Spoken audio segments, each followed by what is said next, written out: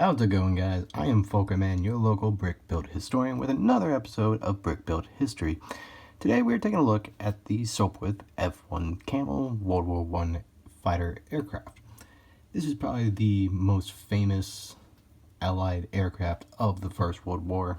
Even if you don't know much about World War I aviation, there's really two aircraft that you think of: the Red Baron's Fokker DR-1 and the Sopwith Camel. So, without any further ado, let's get into the review of the kit. Of course, Brickmania again. So their box here, always beautiful. I love this profile shot that they have here in color. Really gives you a good view of what you're going to be building. Legal stuff on the back there. You have the manufacturing plate, Brickmania, custom kits, instructions, minifigs, Sopwith F1 Camel, World War I fighter aircraft, Cody Cell, Brickmania kit 449, 3 out of 5, 314 Lego and brick arm elements with one custom minifigure. And then I have number 117. So, with that to the side, let's take a look at the actual aircraft. Now, the Sopwith Camel has a very distinctive look to it.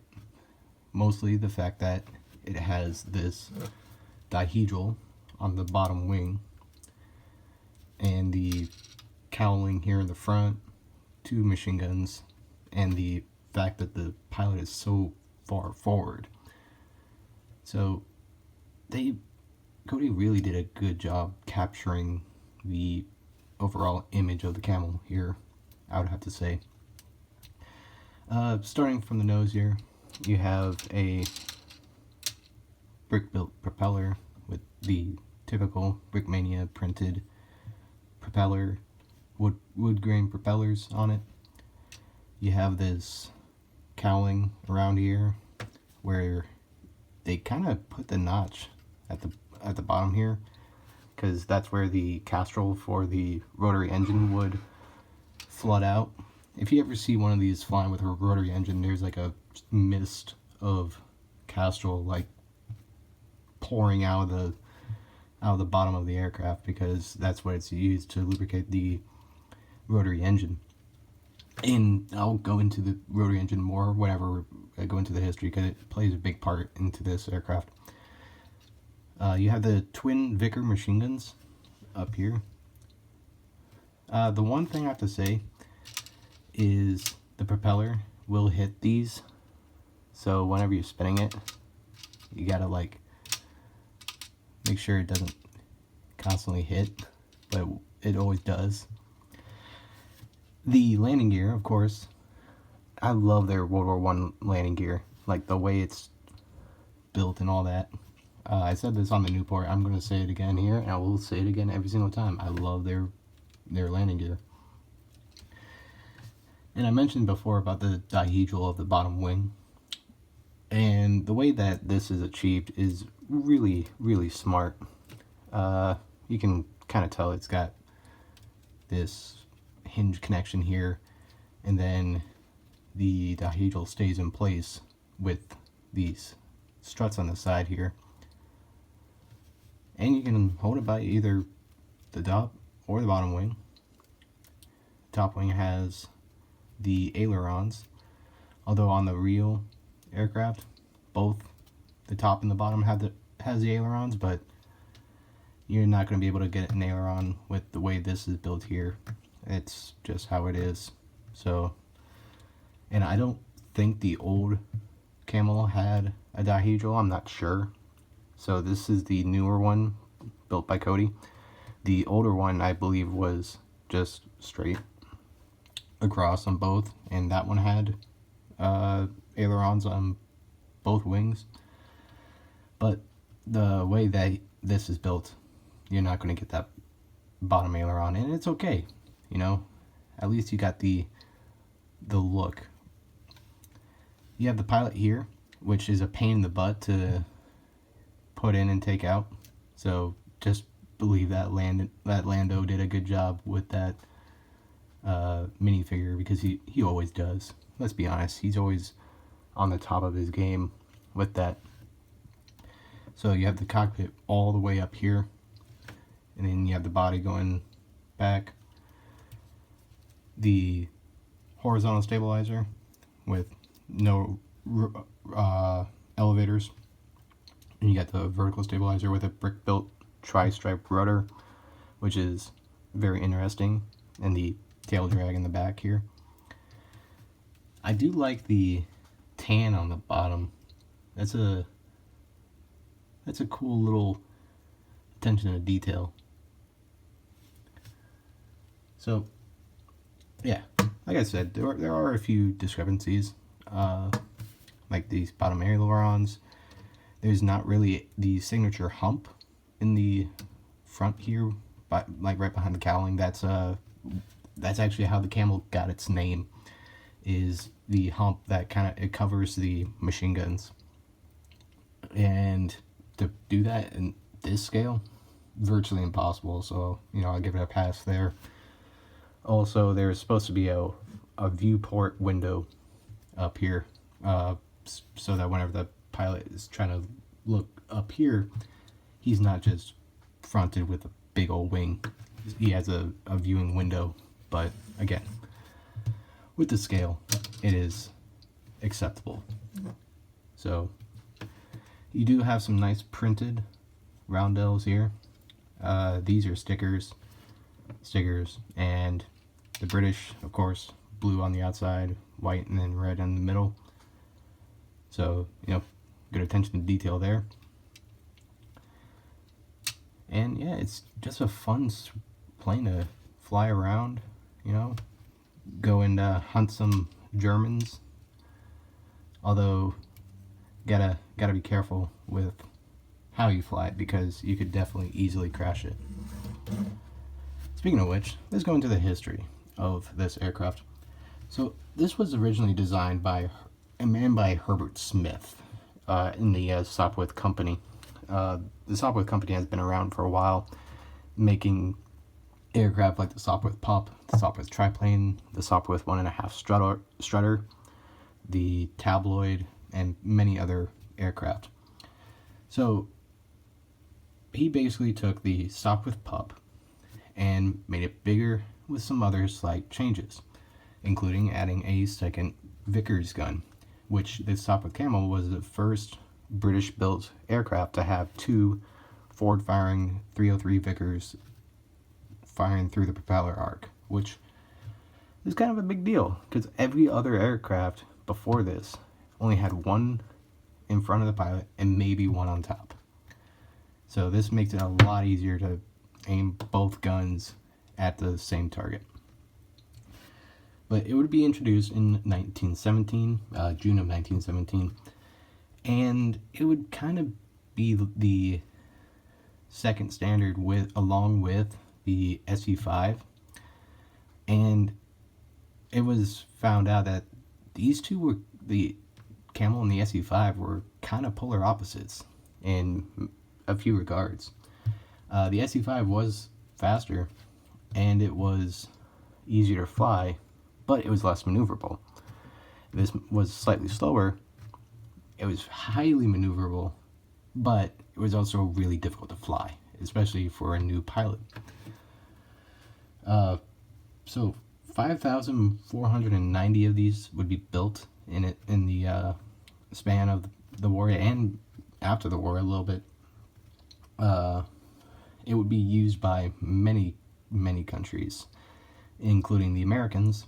It would be used on ships with the 2F1, I believe it's called, the naval version of this, where it was used for carriers.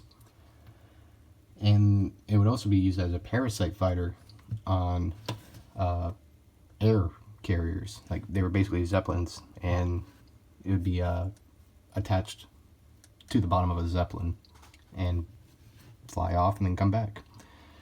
Those really didn't, they were not successful, which is why you don't see them today. Another interesting fact about the Camel is that it has shot down the most German, or German, Austrian, whatever. It's the most central powers. It's shot down the most central power aircraft than any other aircraft in the war. It is confirmed with 1,294 aircraft, which is quite astonishing to think that this thing only has 1 year of service, really, from 1917 to 1918, and it's shot down the most, which is quite the interesting feat. I mean, you have like Newport 17s who have been around a year longer, who had twice the amount of time, and they couldn't reach the same numbers that this would. So it is really astonishing. One of the other things is how much better this was compared to fighters like the Albatross D3 and the D5, which they were seen as probably one of the most premier fighters of the Germans at the time. So for those two fighters to be outmatched by this aircraft, that was quite the little feat at the time. Of course, the Fokker D7 would come into play later, and this would have a little more trouble with the Fokker, especially at higher altitudes. But overall, this thing was a beast. It was an absolute beast. One of the other things is the training to fly this. So as I mentioned before, this is seen as being extremely difficult to fly. And the reason for that is the fact that the rotary engine here causes a gyroscopic effect. Now, the rotary engine it would use is either a Clerget 9B, 130 horsepower, or a Bentley BR1 150 horsepower as the primary power sources. It would also use maybe Lerons and other Clergets and Bentleys if need be. But this thing had a powerful rotary engine.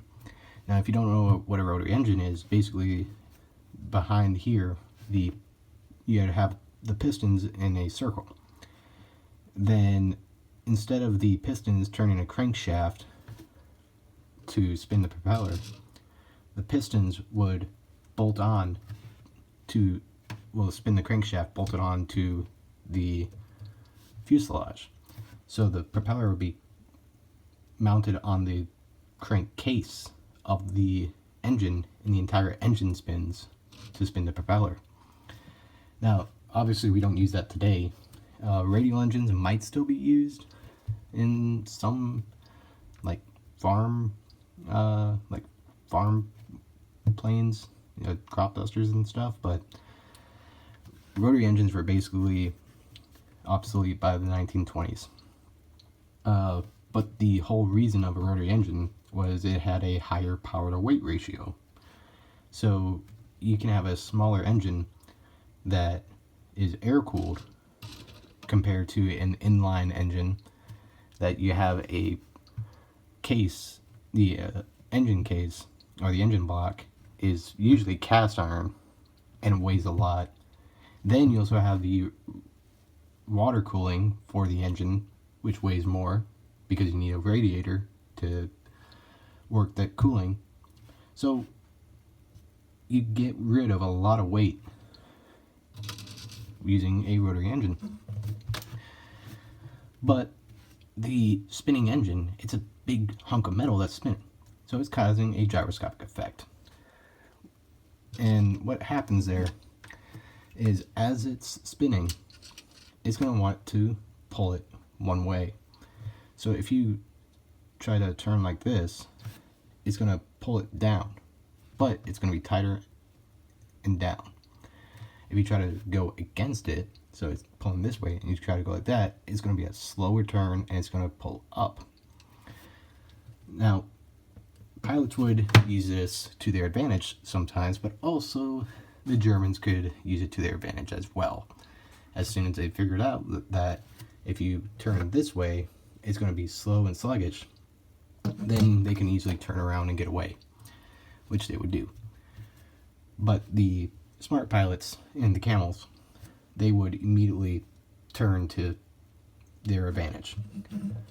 The other problem is the fact that 90% of the weight of the aircraft is within the first 7 feet, because you have the engine with the cowling with all the metal, then you have the fuel tank and the pilot all within this small section right here.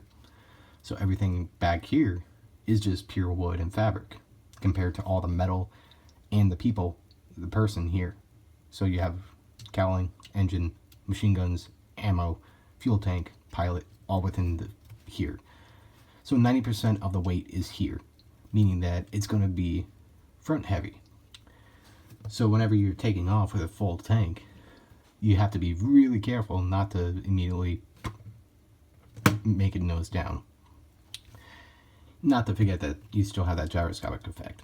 If you ever watch videos of, like, say, a Sopwith Snipe, which is very similar to the Camel, there's one by the Fantasy of Flight where you can see it, like, as he's like what's called blipping the engine.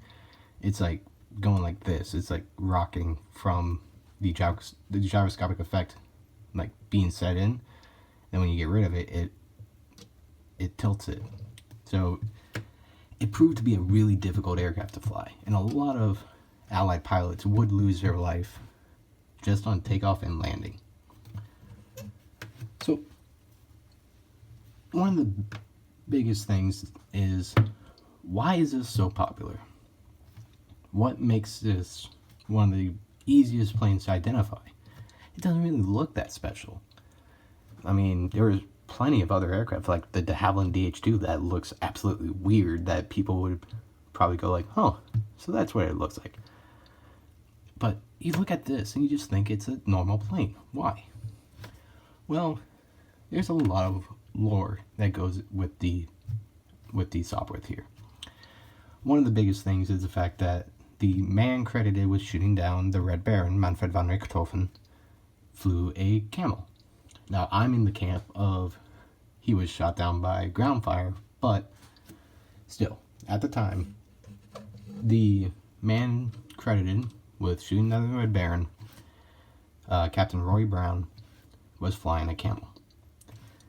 Then you have all of these stories coming out of World War I of pilots who flew Camels. Some of them would also go with the SE-5, but the Camel was just seen as the end-all be-all best aircraft. The other thing is, this is the aircraft that Snoopy would be flying in against the Red Baron in the Peanut cartoons. So everyone still thinks, oh, Sopwith Camel. Basically every simulator game from the 90s would have all these modern day aircraft, and then guess what they would have? A Sopwith Camel. Why? Because it is so popular, so famous, that it would just be at a loss not to include this. So the Sopwith Camel would live on to be one of the most popular and famous World War I aircraft. Anytime you think of World War I aviation, you think of Sopwith Camels against Fokker DR-1s, mostly because of the media.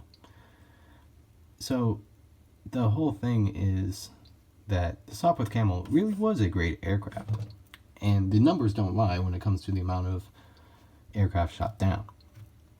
But it really wasn't the best, especially when it came to easy of flight, because this thing was difficult to fly.